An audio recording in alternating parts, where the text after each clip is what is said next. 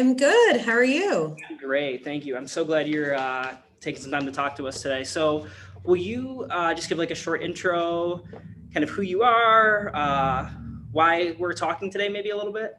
Yeah. So my name is Kiki Louya. I am both a chef and I also work in economic development in the city of Detroit, particularly with the Grand Mount Rosedale Development Corporation, kind of using my background as both a restaurateur, small business owner. I say in a past life, with a wink, wink, nudge, nudge, that I help small businesses. I attract them to the neighborhood. I also help retain them and support them throughout their growth in the neighborhood. And also, working on the development of a first floor retail space with a lot of food focus going on right now. So I kind of do all the things. I also have recently kind of dabbled in food writing, really anything to do with small business community. And I should also mention that I'm from Grand Mount Rosedale, which is what attracts me back to the neighborhood. And I'm excited to kind of see it continue to grow long after I'm gone. Yeah, I love that. Yeah, so like full disclosure, you helped us, Public Square here in Grand Mount Rosedale. I always tell people when they come into the coffee shop that you are like, I don't know, 40% of the reason we're here. I mean, we had to do a little bit of work to like open the shop, but you're helping us find the right people to talk to. I mean, as far as even like sending us the blueprints for the buildings. So when we went to the city to get our certificate of occupancy and our business licensing, like you basically put this thing on a silver platter for us and said, now go do this. So we couldn't be more grateful for the help that you've done for us. And I know that you've done that for so many other businesses. Can you speak a little bit to some of those other businesses? I know, like I've heard like farmers markets. You're like a local legend around the coffee shop. Oh, wow. I didn't know that. Well, thank you. Yeah, so I also do the farmers market kind of year after year. That's the Northwest Detroit Farmers Market. One of my businesses was kind of a farmers market turned bodega and small cafe. And so it was kind of a natural thing for me kind of taking that on. But I do that. I also, I kind of like to meet businesses where they're at. So if they're new to the neighborhood, I definitely try to make sure that they understand the permitting process, kind of have and know who to go to. It can be really, really confusing, I think, at a city level to figure out who to talk to and how to get answers. And I've been through that process myself personally 3 times, and now, with businesses as well. So if there's any kind of knowledge that I can help pass along, or not even tricks of the trade, but more so just best practices, I'm absolutely happy to do that. Right now I'm working with about 5 different businesses. Oh, I need to add you to the list if I haven't already, for outdoor permitting for your seating for a little patio situation. Yeah, so the idea is to kind of push that through to certain people in the city as one package so that we can just get it all throughout the neighborhood and people can have outdoor seating for when the weather gets nice, which apparently is today. It's 70 degrees here in Michigan, so I'll take it. Today we got some sunshine going on. It's so beautiful outside today, and yeah, we will appreciate that. We'll continue to appreciate all the help to get that. I know the folks in the neighborhood are asking for that.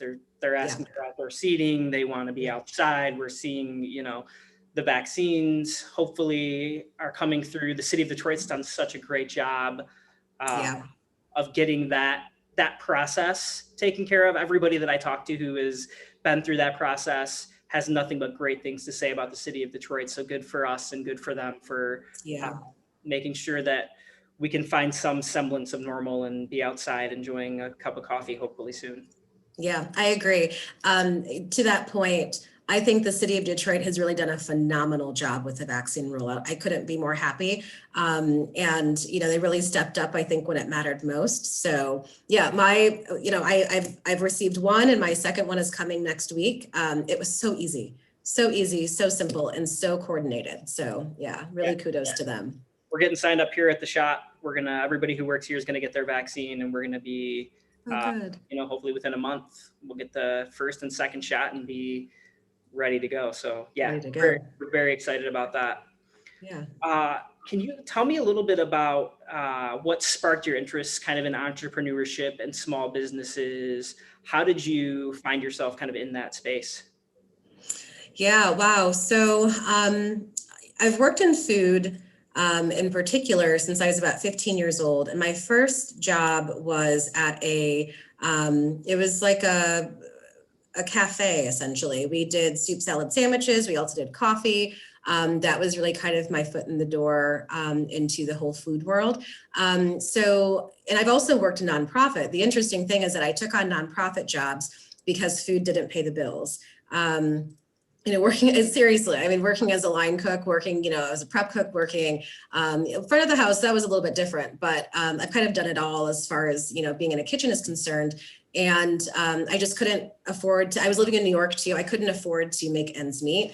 And so I just kind of took on like a day job, like a 9 to 5. And then I started working at night at, wherever I was doing various restaurants or pop-ups or, what have you, and in farmers markets as well. And so I never really thought that I would own my own business. I actually told myself I never wanted to own a restaurant.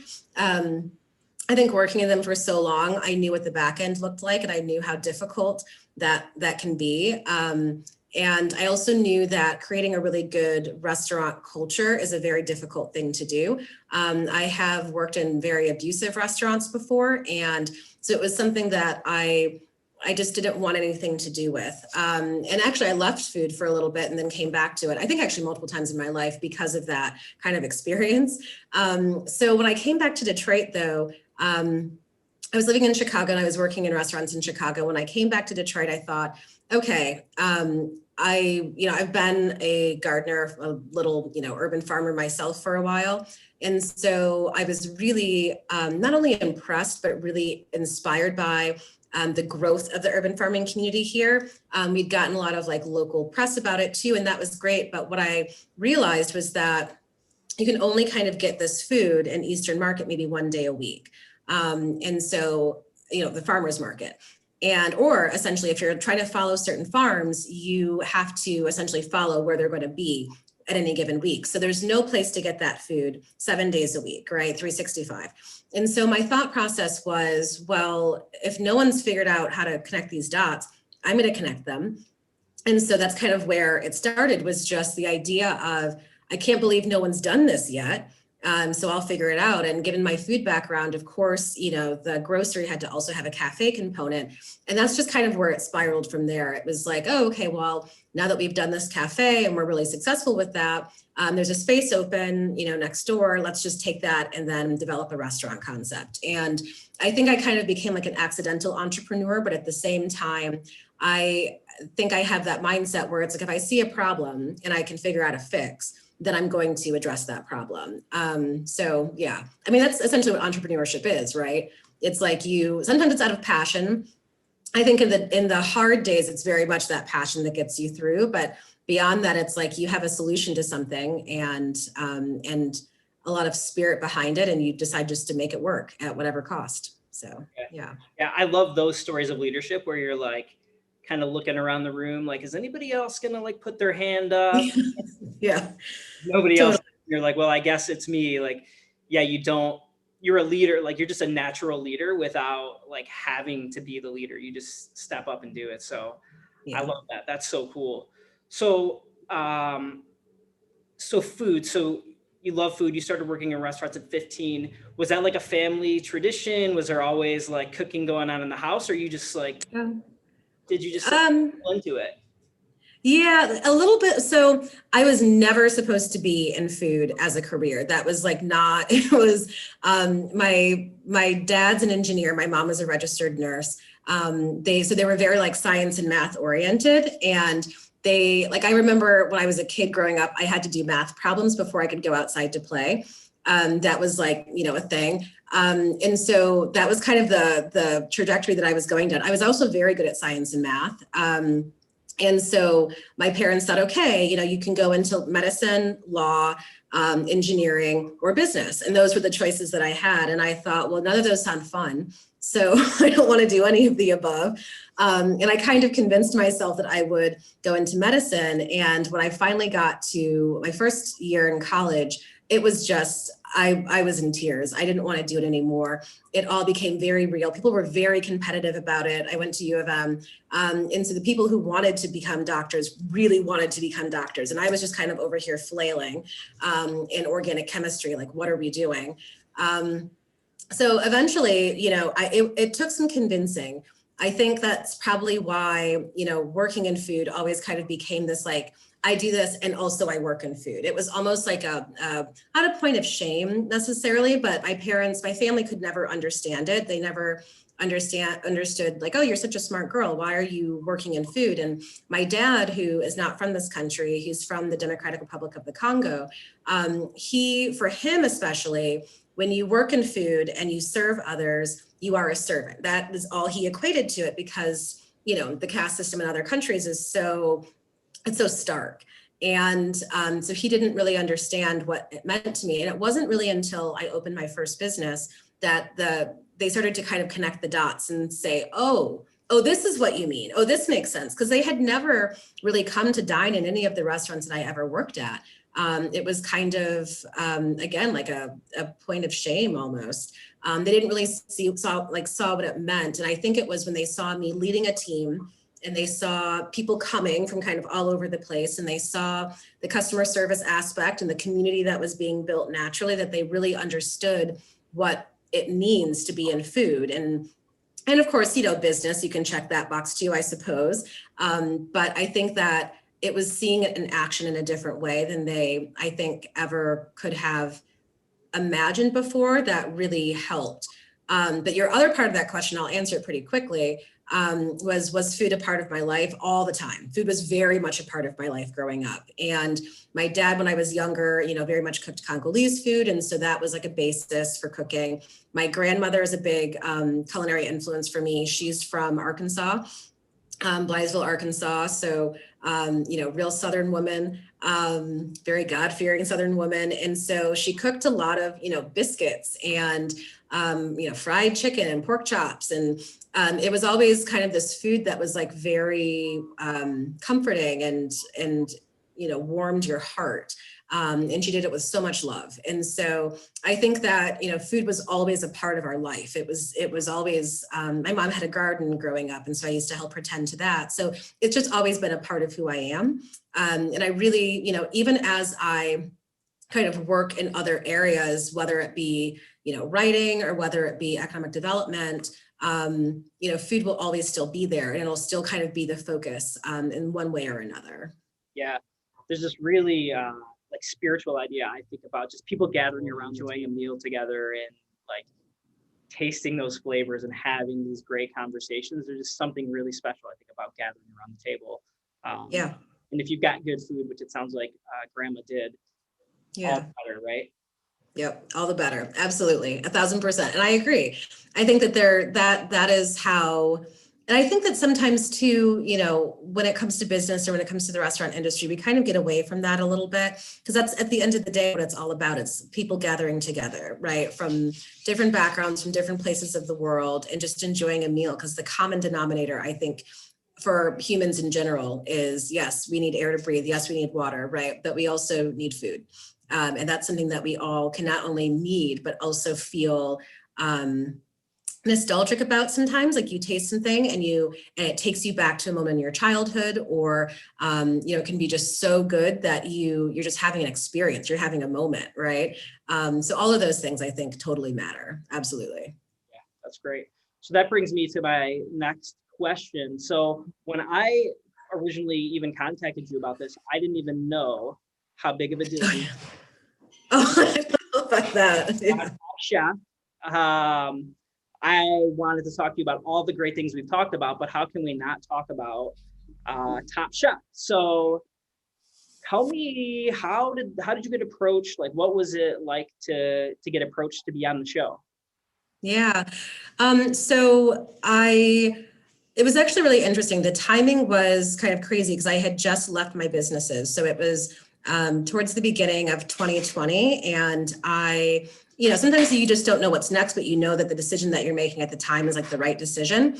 And I think it was only a few weeks later, after we'd kind of like inked the deal with me leaving my businesses, that someone reached out from the casting company and asked if I'd be interested in the show, if I would be interested in being on the next season and kind of going through the process. And I honestly did not respond right away. I looked at it and I thought, I don't know about this. And then I talked with a lot of friends I shouldn't say a lot of friends. I talked to one of my best friends. I talked to my husband, and I talked to a mentor of mine. And the reason that I did that was because I had never wanted to do a competition cooking show ever. And I had actually turned down a few in the past. I turned down Guys Grocery Games and Beat Bobby Flay. And it was just things that I thought, this is not the kind of chef that I am. And I guess it's my own kind of, hippie food philosophy. Like food is about love. It's not about, comparing. But at the same time, I also understood that it's Top Chef. And if there's any cooking competition show that I would be a part of, it would be that show. I just never thought that I would ever be approached. It was not something that I kind of had in my cards or my dream. So it was way beyond my wildest dreams. Of course, like anything, there's a process, and you don't know right away. And just saying yes, I'd be interested kind of began the process of going through whether or not it's a good fit for myself or the network. And ultimately, I was thrilled when I heard that I would be on this season, and even more thrilled to realize that we were going to Portland, Oregon. And Portland in 2020 was a very interesting and spirited place to be. So I think that it was the best decision that I ever made. I also, though, realized that if I said no, it would simply be out of fear, right? Like that would be the only thing that would be stopping me. It would be basically getting in my own way of what could potentially be possible. So I'm so glad I said yes. It was great. Yeah. That's great. What was it like? Because I wondered, what's that even like, knowing that you're being filmed, knowing that you're going to be on TV, you're doing the best that you can, you're surrounded by all these other great chefs who are competing for Top Chef. What kind of is like the what's going on internally in those moments where you're like, I'm here on the set with all these great chefs. This is going to be shown on TV and people are going to see my work. Yeah. I mean, it's almost larger than life a little bit. Kind of when I arrived, it was like, wow. Truly it's a life-changing experience. And I mean that not just because, I guess, I mean that in a lot of ways. I mean that because you are competing against, so there was 15 in our cast. And so I was competing against 14 other incredibly talented people from across the country. I was almost positive that I would know a few of them. And I was actually really surprised that I didn't. Maybe that was a good thing. I don't know, Yeah, you don't want to have any or anything for them. You want to go out there and, be a killer, right? I did, of course. Yeah, I absolutely did. But it's rewarding in that you kind of come away with, I have 14 new friends, and who would think that would be possible? And I truly mean that. Our cast got very close very quickly. It was, it is, again, it's very larger than life. It's like you walk into the Top Chef kitchen and it's like, oh my God, like it all of a sudden becomes very real. And of course, you're in a competition, so you have to do your best. I have always said, though, that if there's anything with competition on television or not, it's about mental. It's all kind of a mental game. And I think that, you can do the best if you can kind of get over those roadblocks that you have in your mind about, like, don't ever second guess yourself or your dish, just kind of come in there and be confident and do the best that you can do. And be open. And, one of the pieces of advice that I was given before I left for the show from another contestant on the show from previous seasons was, it's a competition. Definitely do your best. Don't second guess yourself, kind of shoot from the hip, but then also be open to forming relationships with people, be open to learning about your surroundings and the contestants that you're competing against, because it's those relationships that last for a lifetime, even if, you know, your season is just for however long. And so I'm so glad that I listened to that advice, because there really couldn't be anything better than that, honestly. Yeah.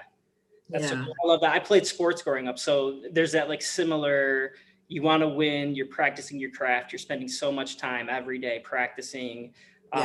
You have respect for your opponent. I have friends who I graduated high school in 2003 who were still friends of mine because of the relationships we built both on my or competitors. So yeah, I think that's part of the journey, right? Is that you're meeting these great people who are going to influence you far beyond the moment that you're in. Yeah, totally. Cool. Well, when does Top Chef air? When do we get to see you on the TV or stream? Wonderful question. Yeah, it's a great kind of way to end it. So April 1st, 8 p.m. Eastern Standard Time on Bravo. All right. Yeah. Thank you so much. I tell everybody that I know you because I think it gives me a little bit of a bump in the community. I name drop you as much as possible. That's cool. Go ahead, do it. And especially now, I'm going to be name dropping you so much more. And I know we can't talk about who won, but I'm just going to assume that you won. I'm just going to tell everybody. I don't know. I can't say anything. You can't say anything about it, but I'm going to tell everybody that I know the Top Chef. Oh, well, thank you, Jason. I love this. I'm so happy. And I can't wait to visit you guys in person. Second vaccination, I'm getting it soon. And I can't wait to see what you guys have done, because honestly, I don't think that there could have been any better business really to go in this space that you guys are in right now. And I can see the community really kind of coming together around you. And there's so many events that you guys are doing. And I'm so thrilled. So yeah, we got to do this in person. Yeah, thank you. I can't wait to see you in person. Okay. All right, thanks. I'll see you later. Bye. Bye.